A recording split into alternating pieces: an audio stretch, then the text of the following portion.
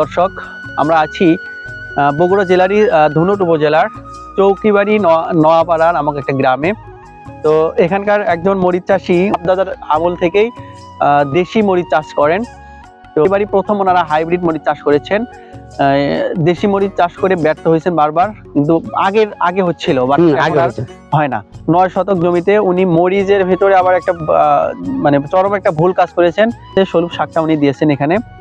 তো এটা দেওয়ার কারণে একটু মরিচের গাছের গ্রোথ কম, মরিচের দেখতেছি কিছু গাছে একটু মানে মাকড়ের আক্রমণ হয়েছে, এবং দেখেন আগাছাও কিন্তু প্রচুর। উনি মালচিং দিয়ে মরিচটা করে নাই, উনি ওই আগের বাপ দাদার যে মানে নিয়ম নীতি ছিল সেই অনুযায়ী কিন্তু উনি মরিচটা চাষ করেছেন। তো ওনার কাছ থেকে শুনবো আসলে ওনার একজন শ্যালক, আপনারা হয়তো আমার পূর্বের ভিডিওতে দেখেছেন যে উনি মালচিং দিয়ে মরিচ চাষ করেছেন, কিন্তু আর ইনি কিন্তু একসাথেই চারা নিয়ে এসছে, মালচিং ছাড়া করছেন। তো মালচিং ছাড়া করে উনি কেমন বেনিফিট পাচ্ছেন? আমার ছোট ভাই মালচিং করে মরিচ চাষ করছে আর আমি মালচিং ছাড়া করছি। করাতে আমার ক্ষতি একটা, সেটা হলো গাছের গ্রোথ কম, গাছের চেহারাও অনেক কম। মালচিং এর গাছের চেহারার সাথে এই গাছ পড়তেছে না, তবে গাছে দেওয়া যাইতেছে দুটো একটা কোঁকড়াও আছে, কিন্তু মালচিং এর যেটা করা আছে ওই গাছে একটা কোঁকড়াও নাই। তো আল্লাহ যদি হায়াতে বাইসে রাখে, আগামী ফাল্গুন চৈতে আল্লাহর কাছে আশা আছে আমি খানিক জমি লাগাবো, এই বিজলি 2020 লাগাবো। আমার আল্লাহর কাছে আশা আছে, যদি আমাকে আল্লাহ হায়াতে বাইসে রাখে আমি লাগাবো। এইটুক লাগাচ্ছি একটু শেখার জন্য। ওইটা কিভাবে লাগাবেন? এই না, ওইটা আমি করব মালচিং পদ্ধতি। এইটা লাগাচ্ছি আমি, আমার ছোট ভাই লাগাইছে ওই লোকে মালচিং করে, আর আমি মালচিং ছাড়া করছি। তাতে করে দেখতেছি আমার ছোট ভাইয়ের গাছের সাথে আমার গাছ পড়তেছে না। তবে এই হাইব্রিড মরিচ গুলো আবাদ করতে গেলে মালচিং করেই আবাদ করতে হবে, তা না হলে এর সুফল পাওয়া যাবে না।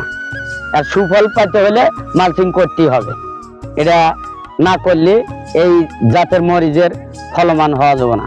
তো আপনার ছোট ভাই যখন মালচিং দিয়ে লাগায় তখন আপনারা কি ভাবছিলেন? আমরা ভাবছিলাম যে এটা নতুন পদ্ধতির আবাদ, আমরা ইউটিউব চ্যানেলে দেখি, কিন্তু আমরা এগুলো আবাদ কোনোদিন করি নাই বিদায়, বা আমাদের এলাকায় কেউ করেও নাই, এটা আমাদের ওইভাবে অত জানাও ছিল না। তো আমার ছোট ভাই করলাম ঠিক আছে তুমি মালচিংটা করো আর আমি মালচিং ছাড়া করি, দেখা যায় আল্লাহ পাক কদ্দুর কি হয়।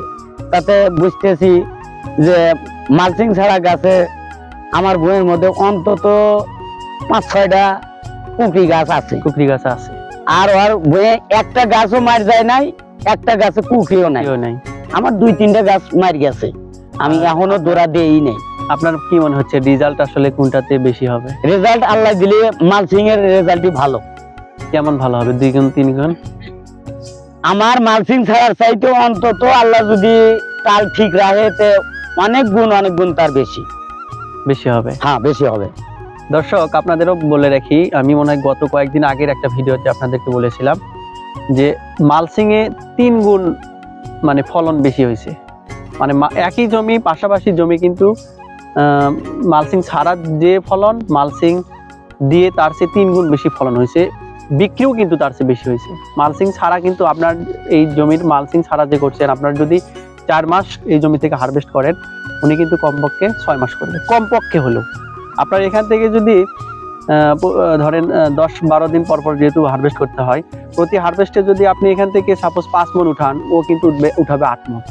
সব দিক দিয়ে কিন্তু বেশি হবে। এটা বিশ্বাস না, আমরা এটা বাস্তব, আমরা পরীক্ষা করছি যে সবাই কিন্তু মালচিং দিয়েই বেশি স্বাবলম্বী হচ্ছে। তো আগামীতে আপনি তাহলে মালচিং দিয়েই করতে চাচ্ছেন? হ্যাঁ, আল্লাহ যদি আমাকে আয়াতে পাইছে রাখে, আমি মালচিং দিয়ে ফাল্গুন চৈত মাসে আল্লাহর দোয়াত আশা আছে করব। ঠিক আছে, ধন্যবাদ আপনাকে। দর্শক, আপনাদেরও বলে রাখি, আপনারা যারা মরিচ চাষ করতে ভয় পাচ্ছেন, যে নির্ভয় আপনারা মরিচ চাষ করতে পারেন, কারণ মরিচের দাম কিন্তু এখনো মানে কমে নাই। এই সময় প্রতি বছর আপনার 500-700-1000 টাকা মন মরিচ থাকতো। তো আপনাদের এই ভয়টা এই বছর করতে হবে না, কারণ ইন্ডিয়া থেকে কিন্তু মরিচ আসবে না। তো গত বছর আমরা যা মরিচের বাজার যা ছিল, তার চেয়ে কিন্তু এবছর 3 গুণ বেশি হবে। তো যদি আপনারা সঠিক পরিচর্যা এবং আধুনিক পদ্ধতিতে মরিচ চাষ করতে পারেন, আশা করা যায় আপনারা এখান থেকে অনেক বেশি লাভবান হতে পারবেন। তো এটাই কিন্তু মানে মরিচের, যেহেতু এটা কিন্তু অফ সিজনে ধরতে গেলে, এখন যারা মরিচ লাগাবে এটা সিজনাল মরিচ না, অফ সিজনে এই Unseasonal। দাম বেশি পাওয়া যায়। তো সবাইকে অসংখ্য ধন্যবাদ, আসসালামু আলাইকুম।